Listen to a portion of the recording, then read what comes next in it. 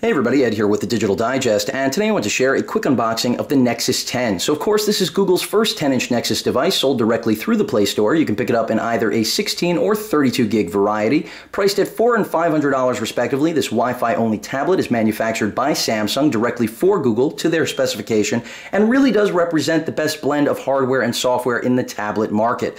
So let's talk about what you're getting at that price point. First and foremost, like every Nexus, you're going to be getting the latest version of the Android operating system out of the box, and that is Jelly Bean 4.2. So whether you're interested in rooting or just getting the best overall experience without any rooting, that's what the Nexus really tries to deliver. So all of your updates down the road will be coming directly from Google, which I think most of us would prefer because nobody likes having to wait for carrier or manufacturer approval. And so with a Nexus, you don't have to jump through any of those hoops. So that's certainly one of the great advantages to a Nexus device. Beyond that, you're also, as I mentioned, getting some of the best hardware. So let me go ahead and unbox this and talk to you guys about that hardware. So the 10-inch display that you see before you is the highest resolution on the market, 2560 by 1600 resolution. It is a PLS display, not an IPS display like we find on many other tablets in the marketplace, such as the iPad as well as the Transformer series. And really, Samsung's PLS displays, in my opinion, are just as good, if not better, than their IPS counterparts. As far as the balance of the hardware, some really good things going on under the hood. Obviously, you've got that 16 or 32 gig capacity, depending on which one you need. Do keep in mind that they are fixed storage amounts. You will not be able to expand them. No SD card slot on this tablet. We've got some front-facing stereo speakers, a nice touch, something that I think is often missing from most tablets, only really found on the Galaxy Note 10.1, at least in a properly functioning capacity. A front-facing camera, you can see right there at the top center of the frame, which is rated at 1.9 megapixels. There's also a rear camera rated at 5 megapixels for those of you who were looking for it and felt it was missing from the 7-inch version of this device.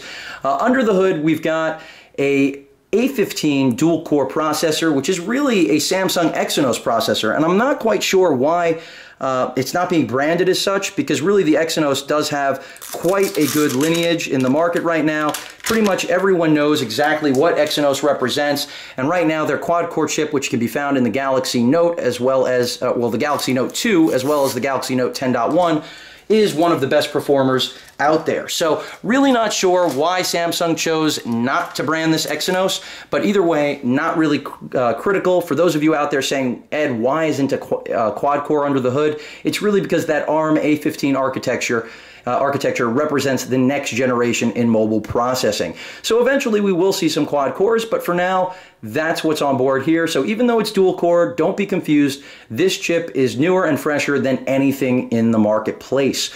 Obviously, some great graphics on board. I'm not going to get into that as well. You can see the rear camera with LED flash right there. A little bit of a rubber soft texturing here. All plastic on this tablet. Doesn't seem like it'll be too much of a fingerprint magnet except for the front end, which of course is Gorilla Glass 2. And overall, just really like what this tablet represents. You also have 2 gigs of RAM, which was set as a standard, in my opinion, by the Galaxy Note 10.1, something that we should look forward to seeing from many different tablets as time progresses. Let's go around the actual tablet so you guys see the port arrays. We've got right here a what I believe is a micro HDMI, so you do have video out, something that was missing from previous, well, I should say from the Nexus 7. There was no video out on that tablet, and also most Nexus devices in general do not support video out, so something I think a lot of us welcome wholeheartedly. You've got that Pogo magnetic charging connection there at the bottom, which does not work with the included charger, which we'll see in a moment, but I do expect to work with some proprietary docks, as well as hopefully some rapid quick charging systems. You've got a micro USB cable right here above the 3.5mm headphone jack, and I think that's pretty much it. I mean, on the top, the expected buttons, which are really just power and a volume rocker, nothing that you really wouldn't expect. So a very clean design. Definitely happy to see that they've included HDMI out, something that again was not, or I should say was vacant from the Nexus 7, so a welcomed addition to the 10-inch version of this Nexus experience. So Jelly Bean 4.2 out of the box, really expecting a lot, not going to get into the actual performance differences, but something like multiple user accounts is something that's been added. You can see I've already put quite a few fingerprints on this. I'm seeing if it will power up out of the box here. May not. Let's see. No, looks like it needs to be charged. So it's not powering up out of the box. But either way, really excited to finally have this in my hands because, again, it does represent, in my opinion, the best tablet on the market to date in terms of software and hardware, which it should because, as I mentioned before, that's what the Nexus brand is all about. So with that out of the way, let's take a look at what else is actually in here, if I can get that tab, because we have some other goodies. Obviously, the wall charger, which we expect to have, and the wall charger looks just like the one from the Nexus 10.1.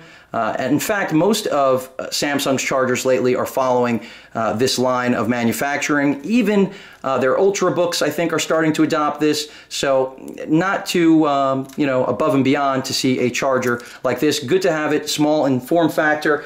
We'll see how long the actual cable is because that's what's often really short with these devices. Let me see if I can get the plastic off of it, out of the packaging here. And it is, of course, just a standard USB to micro USB charger. So the question is really about length, and it looks like it's pretty long. So, you know, no problems here. Same length as the Galaxy Note 10.1. Samsung knows what they're doing, and Google is aware of that. That is probably the reason that they were the partner of choice for such a big launch. In terms of the balance of what's in the box, we have some paperwork, you know, your warranty, and of course your quick start guide. So really nothing out of the ordinary here other than the product itself, which sets a whole new standard for expectations when it comes to what you're going to get at the $400 or $500 price point for a tablet. And really just look forward to giving you guys more impressions as I get to spend, I even got wet already, as I get to spend some more time with it. If you guys have any questions or comments, please feel free to post them. And of course, as usual, please feel free to subscribe. Later.